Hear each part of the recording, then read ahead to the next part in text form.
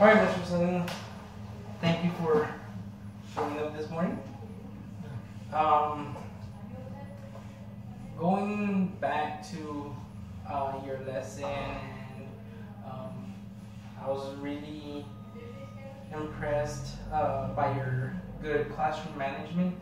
I was happy with the routines and procedures that you have in place. And I really liked the way you had your classroom set up with the collaborative groupings that you created for that lesson. Tell me, how did you decide how you were going to come up with this lesson? Well, me and my other colleagues in the department, we meet together, and we usually look at our SCs and our Ts that we need to cover. In a week's routine, we'll devote one day usually to notes, to focus instruction, and I believe that was the day we decided to put notes on the Industrial Revolution. And so we just derived the content we were going to get from those SCs and the TEACs from the TCMPC site. And for the past year, we've been devoted to Cornell notes, where the student will write down a set of notes on the right side, and then they put a subheading on the left side. And then at the end of it, they're supposed to have a summary. That was pretty much the routine that's been established for notes. I noticed that in your lesson, you had them pretty much working in groups. What was the whole purpose of grouping them up? Well, the grouping, I guess the answer that, the only answer I can give is like at that particular assignment, notes there, it didn't seem like there was a need for grouping if there was notes. And usually that's just the way my class is set up. I have them in fours, and on the day we're not doing notes, there's usually going to be an assignment where they're going to collaborate or brainstorm ideas. And it just seems easier to have it set up that way. I noticed that in a note taking session there's really no opportunity for group work. I didn't take the opportunity to provide some sort of activity at that day during the lesson. Now, what I'm seeing is you kind of say to yourself, I could have done a little bit better. But at the same time, when you had the 4 pictures up there and you were doing the exercise at the beginning of the classroom, I actually did like when they actually collaborated with each other before they actually shared with the class their answers of why did they put the title for each picture. So even though you say when you were taking your note session, at the beginning it really did work good for them actually having them in groups. All right. Now you say I'll go off with this. You did this really good. You felt you did this really good. You did this really good. You did this really good. And you say you worked on your Cornell notes, but you still had them in groups in your Cornell notes. How do you go about making sure that the students stay engaged throughout the lesson? Well, as far as Cornell notes, I think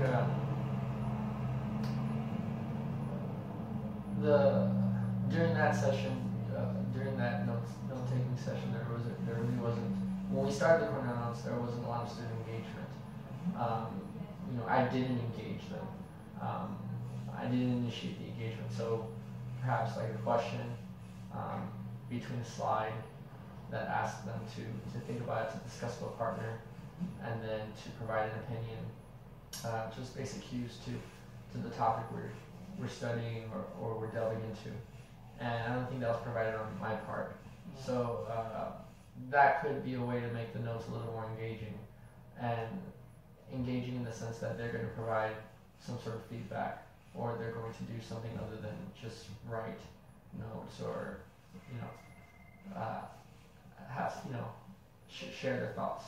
Yeah, correct. So when you as a teacher, you see yourself giving the notes, and you've been in your classroom every day, you've been in there obviously more than I have.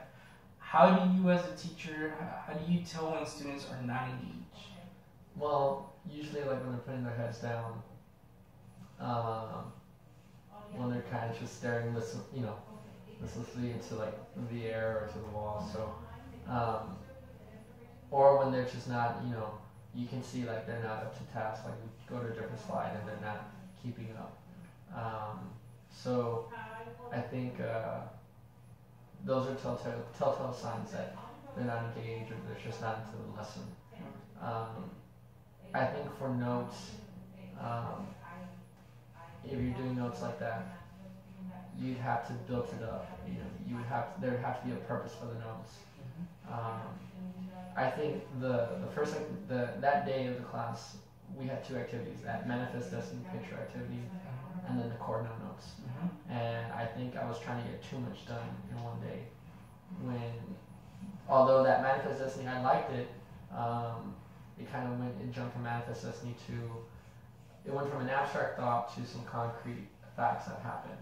And if I was going to start that lesson on manifest destiny, I could have just kept it on that lesson. Or if I was going to give notes on concrete facts like the Industrial Revolution, give an opening bell ringer or an opening hook assignment that was a little more tailored, so they can kind of see it can be streamlined and we see the purpose.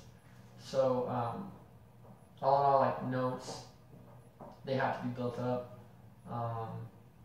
You don't have to be the most charismatic person in the world. You don't have to be the best speaker, but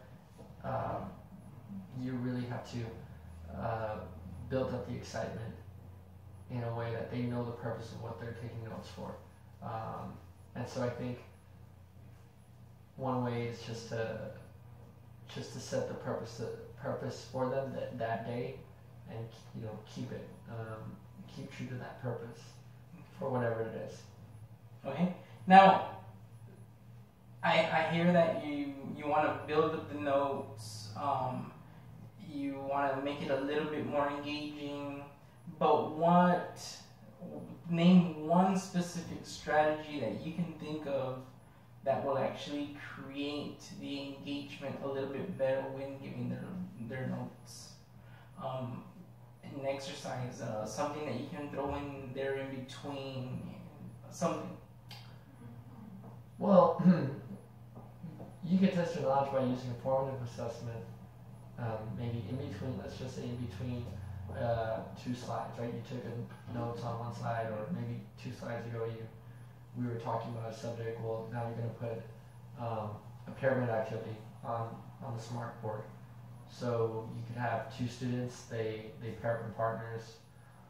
You have, say, an image of the cotton gin, since we were talking about the Industrial Revolution, and you have the image of it, and one student is looking away from the smart board, one student is looking towards it, and so the student would have to describe that image, the cotton gin, without saying the name of the object, and the other student could guess it. So that could be just like a checking for understanding on my part. As I kind of float around the room, they can be engaged. They can have a little bit of a game in between. The engagement, that could be in the middle of the lesson or in the middle of the notes. Maybe beforehand, before the notes start, just have an opinion poll. You pose a question to them about industry or kind of related back to the 21st century or the contemporary world around them, and just give their thoughts. Because obviously the subject we're talking about is really archaic sometimes, so maybe just being mindful of what we're studying. It sometimes doesn't sell itself, so you have to sell it. Yeah, you're right. All right. Now, based on our entire discussion today, what do you think the objective of our discussion was? what did I keep leading you into? Um, based on the note discussion, what do you think I want you to get out of this? Well, I think as far as the notes, I guess just a better way of enhancing the experience for the student. Maybe maximizing, for me, right, the best way to kind of relay this information to the student. So that would be by means of engagement, putting cues, kind of eliminating student engagement. We want student engagement, eliminating this kind of when students are not engaged into the lesson. So we want them to be engaged, and I think we don't want to let them the opportunity of any dead time. So maybe if there's notes, we want to keep on having that conversation throughout that lesson. So if I have nothing to say, right, then there has to be some sort of activity. Or if I have something to say, maybe beyond what's written on the board, whatever's posted on the board, provide additional information. But I think overall, just enhancing the lesson, enhancing my abilities of providing a lecture and making that lecture engaging for the student. Awesome. That's exactly what I wanted to hear. All right, Mr. Salinas. Before we end off the conference, I really do want to express my feelings towards you and say that I really do believe that you're one of the better teachers that we do have here on campus, and I honestly do mean that. And I do expect a lot more from you because I do see that you have the potential to rise and be better than most of our teachers here. I really do consider you as a leader. You see that I come towards you when we're having our meetings, and I ask for your opinion a lot more than others. And I hope you understand that it's a push to make you better and for you to actually accept that leader role that we expect coming from you. Okay? Okay. All right. Thank you.